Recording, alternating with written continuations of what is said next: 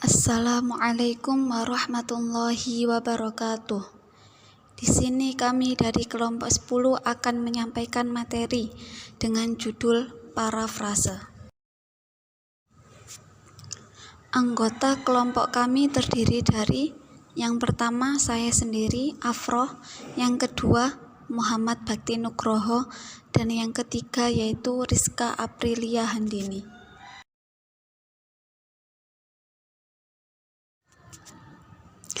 Di sini kami akan menyampaikan tentang aksidental plagiarisme, teknik atau cara membuat parafrase, parafrase menggunakan sinonim, dan parafrase dengan mengubah struktur kalimat. A. Aksidental plagiarisme. Plagiarisme adalah kegiatan mengakui karya tulis orang lain sebagai karyanya sendiri tanpa menyebutkan sumber pendapat tersebut. Plagiarisme memiliki dua jenis, yaitu plagiarisme yang dilakukan dengan sengaja atau deliberate dan plagiarisme yang dilakukan dengan tidak sengaja atau aksidental. Pemicu terjadinya plagiat. Yang pertama, lalai dalam mencantumkan pustaka yang dijadikan rujukan. Yang kedua, kekeliruan dan atau lalai dalam memilih bagian tulisan yang dirujuk. Sebagai contoh, penulis melupakan penggunaan pasangan tanda baca petik ganda yang menjadi ciri sitasi. Yang ketiga, teknik paraphrasing yang digunakan masih kurang baik. Tipe-tipe plagiarisme. A.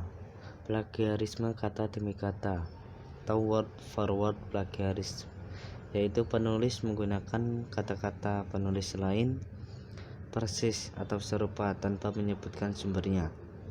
Yang B. Plagiarisme atas sumber atau plagiaris of source, yaitu penulis menggunakan gagasan orang lain tanpa memberikan pengakuan yang cukup. Yang C. Plagiarisme kepengarangan atau plagiaris of authorship, yaitu penulis mengakui sebagai pengarang karya orang lain. Yang D. Mempublikasikan satu artikel pada lebih satu redaksi publikasi. Tips menghindari plagiarisme. 1. Menentukan buku yang hendak kita baca. 2. Menulis judul buku, pengarang, penerbit, tahun terbit, tempat, dan jumlah halaman. Yang ketiga, menyalin ide utama yang telah kita dapatkan. Yang keempat, setelah membaca sumber bacaan, salin ide utama yang telah kita dapatkan. Kemudian yang kelima, fokus dengan hasil parafrase Anda. Kemudian yang terakhir, kembangkan kalimat Anda sendiri dari catatan yang telah Anda buat. B. Cara melakukan parafrase. Parafrase adalah mengungkapkan ide atau gagasan orang lain dengan menggunakan kata-kata sendiri tanpa merubah maksud atau makna ide gagasan dan tetap menyebutkan sumbernya. Parafrase dapat dilakukan dalam satu bahasa atau ke bahasa lain, diterjemahkan dan langsung diparafrasekan. Parafrase dapat dikatakan sebagai suatu bentuk penyitiran tidak langsung. Perlu diingat, tata kalimat dan tata yang digunakan berbeda dari legenda. Dengan penyitiran langsung, penulisan parafrase tidak memerlukan tanda petik. Berikut adalah teknik-teknik menulis efektif dalam melakukan parafrase, antara lain: cara melakukan parafrase. 1. Membaca sumber teks sampai kita memahami isi teks tersebut. 2. Menulis ulang gagasan teks tanpa melihat sumber. 3. Membuat daftar kata yang akan kita parafrase. Cara melakukan parafrase. 4. Membandingkan hasil parafrase dengan naskah aslinya.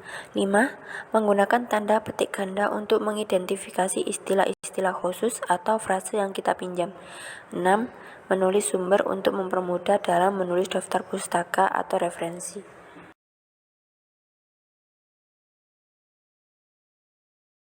C. Parafrase dengan mencari sinonim. Parafrase merupakan bentuk yang paling sederhana, yaitu dengan mengganti kata-kata dalam teks dengan kata yang mirip. Dengan merubah dalam kalimat tertentu, jumlah plagiasi dapat berkurang. Adapun contoh dari parafrase menggunakan sinonim sebagai berikut. Kalimat asli, warga yang lebih tua diberikan penghormatan dengan melakukan parade untuk mereka yang pernah berada di militer. Parafrase, warga senior diberikan penghormatan dengan melakukan pawai untuk para veteran. D.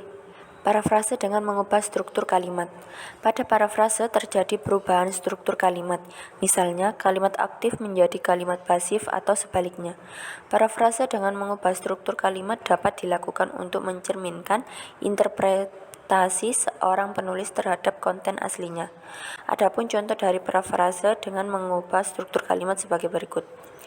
Kalimat asli, anak-anak anjing yang terlantar itu diadopsi oleh beberapa orang yang baik hati dalam kegiatan puppy drive. Parafrase, pada kegiatan puppy drive, beberapa orang berbaik hati telah mengadopsi anak anjing yang terlantar.